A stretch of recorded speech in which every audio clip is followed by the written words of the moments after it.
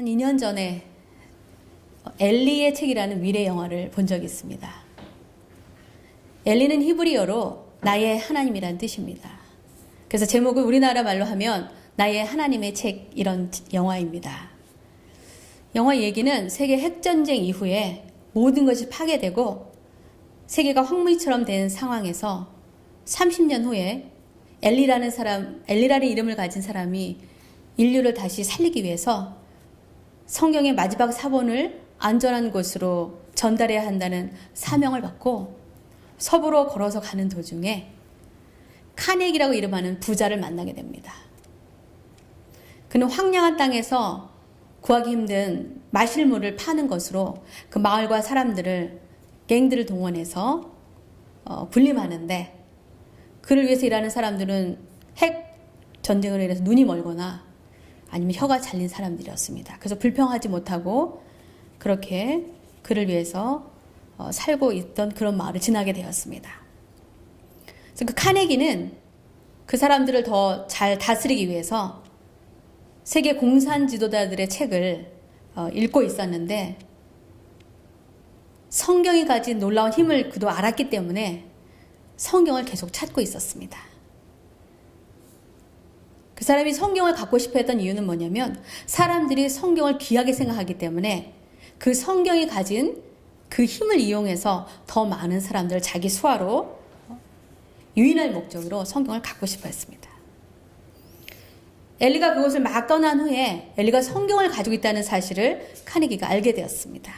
그래서 무장한 자기 갱들하고 함께 엘리를 쫓아가서 총으로 엘리를 쏘고 그리고 성경을 빼앗았습니다. 근데 그 성경은 가죽으로 되어 있었는데, 가죽 커버로 되어 있었는데 자물쇠가 잠겨져 있었습니다. 그래서 엔지니어를 동원해서 그 열쇠를 열었지만, 자물쇠로 열었지만 그 책이 맹인들을 위한 점자로 되어 있었기 때문에 카네기는 읽을 수가 없었습니다.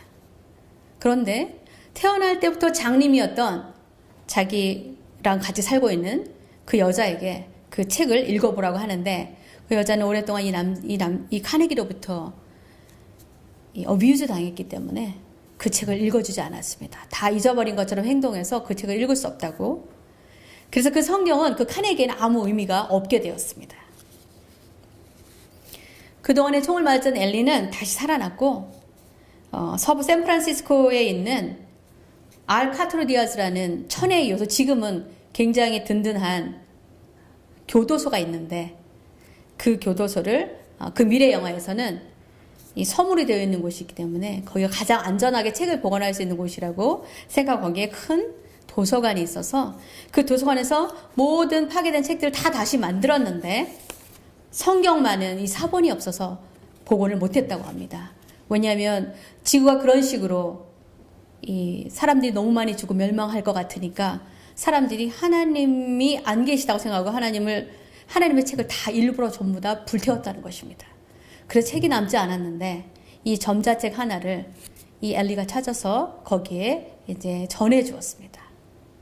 그런데 이 책을 이미 카네기에 빼앗겼기 때문에 이 엘리는 성경을 창세기로부터 요한계시록까지 외워서 말하는 것을 그 도서관 직원이 다 적어서 인쇄해서 성경 사본을 이제 많이 만들게 되었습니다. 그래서 그 성경 홀리 바이블이라는 곳이 비어 있었는데 그 성경 인쇄한 책을 딱 꽂아놓고, 그 후에 이 엘리는 자기의 사명을 다한 다음에 거기 성소에서 죽게 됩니다.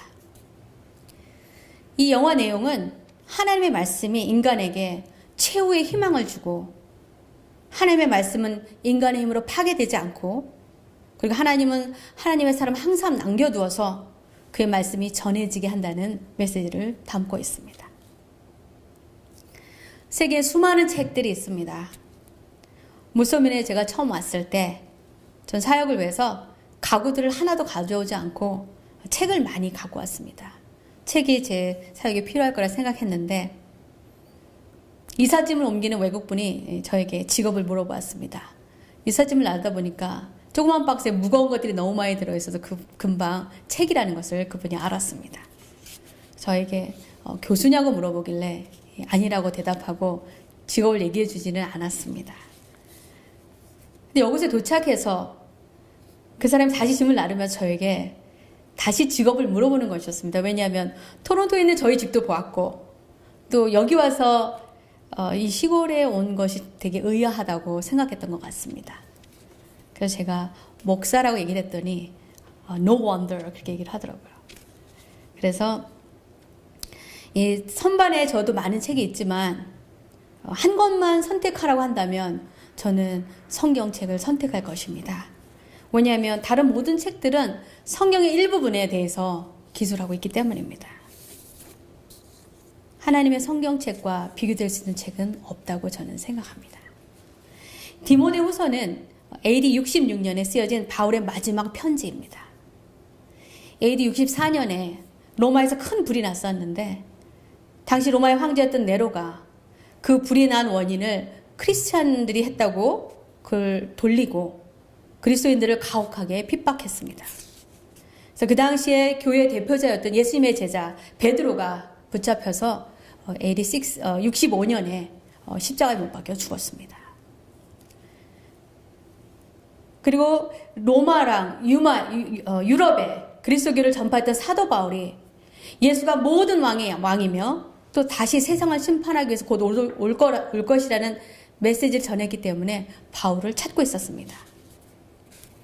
결국 그들은 AD 65년에 바울을 그리스의 작은 마을인 니코볼리라는 곳에서 체포해서 던전이라고 불리는 로마의 깊은 동굴 감옥에 가두었습니다. 니코볼리는 승리의 여신 니케라는 여신의 이름과 폴리스는 그리스어로 시티라는 뜻입니다. 승리의 도시. 그 승리의 도시에서 바울은 잡혔습니다. 바울은 이제 머지않아 그가 죽을 것을 알고 그래서 마지막으로 사랑하는 디모데에게 이 편지를 쓴 것입니다. 바울은 결혼하지 않았고 독신이었기 때문에 가족이 없었습니다.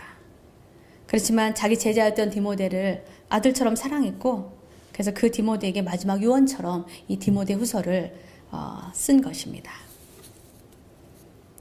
그는 위대한 사도였지만 그리고 하나님의 사람이었지만 그도 역시 연약한 인간이었습니다.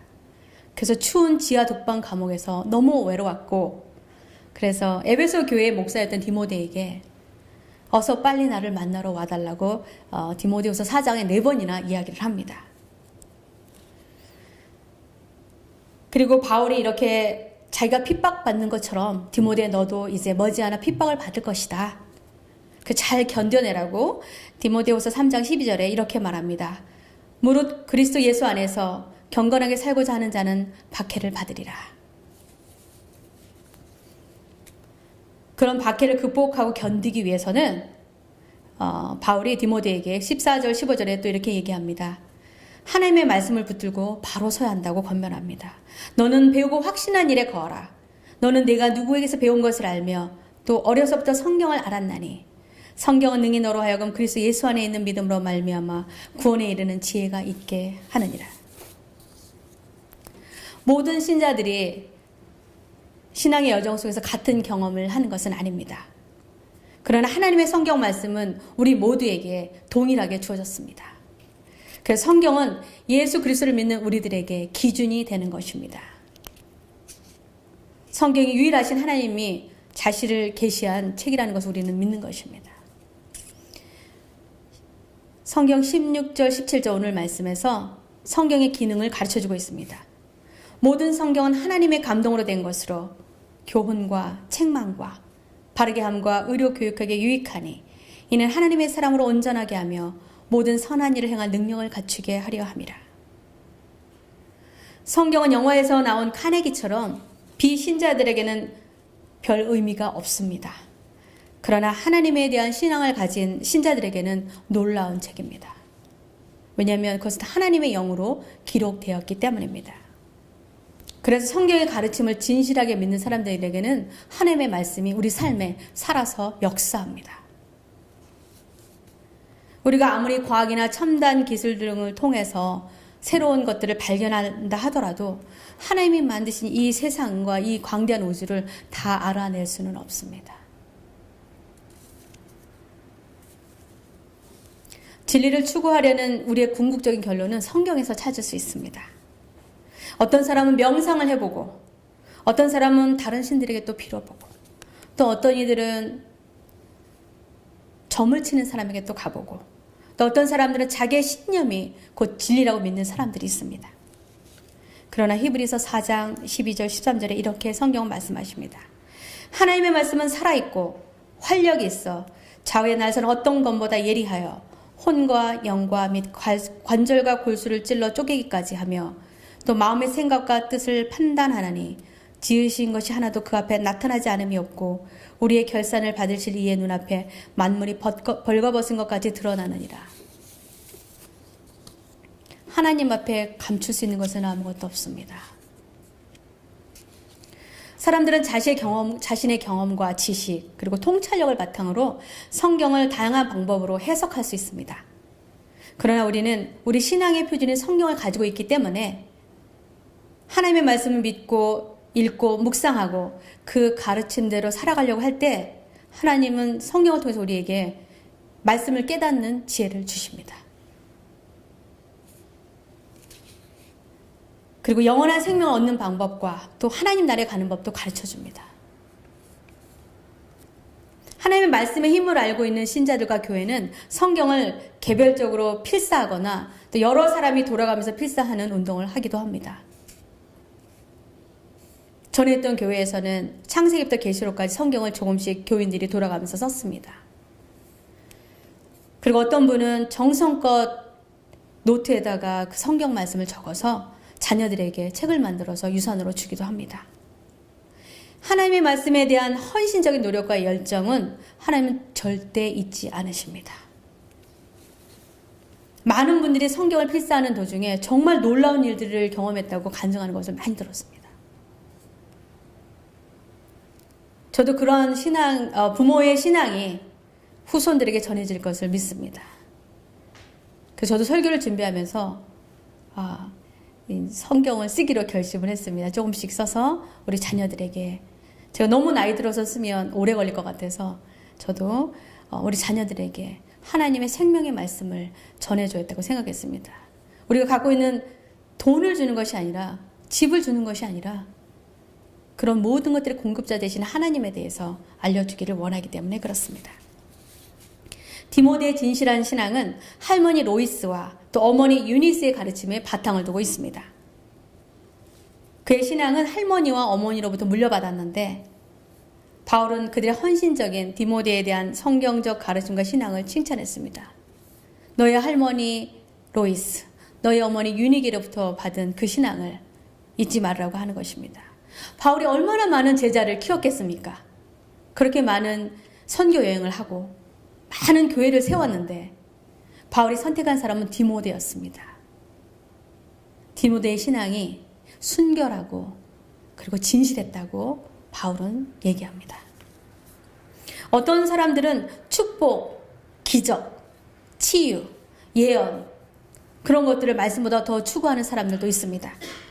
그런데 이런 신앙은 하나님의 말씀에 뿌리를 두고 있지 않기 때문에 그들이 생각한 기적이나 축복이 이루어지지 않으면 쉽게 믿음을 저버리고 하나님이 안 계시다고 부인하는 사람이 많이 있습니다. 우리가 하나님의 말씀에 확고하게 서 있지 않으면 우리는 디모데후서 3장 1절에서 5절에 묘사된 마지막 날에 사람들과 박해를 견디지 못할 것입니다. 너는 이것을 알라. 말세에 고통하는 때가 이르러 사람들이 자기를 사랑하며 돈을 사랑하며 자랑하며 교만하며 비방하며 부모를 거역하며 감사하지 아니하며 거룩하지 아니하며 무정하며 원통함을 풀지 아니하며 모함하며 절제하지 못하며 사나우며 선한 것을 좋아하지 아니하며 배신하며 조급하며 자만하며 쾌락을 사랑하기를 하나님 사랑하는 것보다 더하며 경건의 모양은 있으나 경건의 능력은 부인하니 이 같은 자들에게서 내가 돌아서라. 바울은 디모데에게 이런 사람들과 어울리면 디모데 자신도 모르게 이런 사람들 영향을 받게 될까 봐 이들에게서 돌아서라고 권면합니다. 바울은 디모데가 머지않은 날에 자기처럼 박해받을 것을 알았기 때문에 하나님의 말씀에 대한 굳은 믿음이 없이는 무자비한 고난과 박해 앞에서 믿음을 지킬 수 없을 것이기 때문에 10절에서 11절에 디모데에게 이렇게 당부합니다. 나의 교훈과 행실과 의향과 믿음과 오래 참음과 사랑과 인내와 박해를 받음과 고난과 또한 안디옥과 이고니온과 루스드라에 상한 일과 어떠한 박해를 받은 것을 네가 과연 보고 알았거니와 주께서 이 모든 것 가운데서 나를 건지셨느니라. 디모데는 루스드라에서 바울을 만난 다음에 바로 바울의 두 번째 전도 여행에 합류했기 때문에 바울이 받은 모든 고난을 다 보았습니다. 빌립보에서 매 맞는 것도 보았고 감옥에 갇힌 것도 보았고 거기서 찬송하면서 거기서 나오게 된 것도 보았고, 그래서 사도 바울 자신이 그런 모든 고난과 박해를 견딘 것처럼 너도 힘들고 그런 것들을 나를 선생으로 생각하고 너도 견뎌내라, 이렇게 당부한 것입니다. 바울은 또 4장 2절에서 이렇게 권면합니다. 너는 말씀을 전파하라. 때를 얻든지 못 얻든지 항상 힘쓰라. 범사에 오래 참음과 가르침으로 경책하며 경계하며 권하라.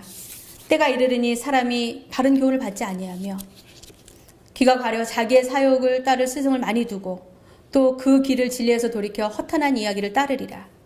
그러나 너는 모든 일에 신중하여 고난을 받으며 전도자 일을 하며 내 직무를 다하라. 많은 신자들이 교회 강단에서 번영과 축복, 치유와 행복에 관해서만 듣고 싶어 합니다. 위로받고 싶어 합니다. 그러나 복음을 전하는 자로 사람들이 좋아하든지 그렇지 않든지 간에 우리는 참된 복음의 메시지를 전해야 합니다. 예수님께서도 하나님의 말씀과 천국 복음을 전파하시다가 십자가 고난을 당하신 것처럼 우리도 또한 복음을 전할 때 핍박을 당할 수 있다는 것을 알아야 합니다. 우리가 복음 전도자의 사명을 수행하기 위해서 우리는 우리의 영의 양식인 하나님의 말씀으로 양육되고 또 성숙한 신자가 되어야 어둠의 영들의 어떤 공격도 이겨낼 수 있는 것입니다. 우리가 성경을 모르면 어둠의 영들과 싸울 무기가 없는 것입니다. 하나님의 말씀이 우리가 싸울 때 필요한 성령의 검이 되기 때문입니다. 예수님도 금식하신 후에 사단의 모든 유혹을 하나님의 말씀으로 이기셨습니다. 그래서 모든 고난과 핍박과 영적 공격을 극복하기 위해서 우리는 하나님의 말씀을 알고 말씀으로 무장되어야 합니다. 오늘 제가 전하는 이 말씀도 우리 모두가 다 받아들이지는 않을 것입니다. 그러나 바울이 디모데에게 권고한 것처럼 때를 얻든지 못 얻든지 하나님의 말씀을 전합니다. 그것을 받아들이고 안 받아들이고는 제 일이 아니고 성령 하나님께서 하실 일입니다. 하나님께서 여러분들의 마음을 만져주시고 열어주셔야 성경 말씀을 읽게 되는 것이지 누가 읽으라고 한다고 해서 읽어지는 것은 아니기 때문입니다. 매일 성경을 읽으면 영적 성장을 위한 우리의 영적인 영양분을 공급받을 수 있습니다. 하나님의 말씀은 평범한 이스라엘의 역사책이 아닙니다. 유사일의 베스트셀러만이 아니라 그것은 우리의 삶을 변화시키고 바르게 하며 우리의 영을 격려하고 우리가 완전히 성장해서 성숙된 그리스도인이 될 때까지 우리를 자라게 하는 것입니다. 여러분과 제가 매일 식사를 함으로 우리 몸에 필요한 영양분을 공급받는 것처럼 우리 영의 양식 하나님의 말씀을 매일 읽고 묵상해서 우리의 영성이 날마다 깊어지고 자라갈 수 있게 되기를 주님의 이름으로 축원합니다. 기도하시겠습니다. 전능하신 아버지 하나님 감사합니다. 오늘 귀한 말씀을 통해서 우리의 영의 양식인 하나님의 말씀을 공급받으라고 하는 주님의 음성을 듣습니다. 하나님, 우리가 이 세상 살아가면서 한 끼 두 끼만 굶어도 저희들 허기를 느끼지만 우리의 영의 양식인 하나님의 말씀을 읽지 않으면 저희는 허기를 느끼지 못한다면 우리가 영적으로 자라지 못한다는 것을 알게 하여 주시옵소서. 오랫동안 놓아두었던 성경책을 다시 들 수 있게 하시고 생명의 말씀을 날마다 읽고 묵상함으로 하나님과 더 가까워지는 귀한 삶 되어지게 해주시옵소서. 귀한 말씀 감사드리며 예수 그리스도의 이름으로 기도합나이다. 아멘.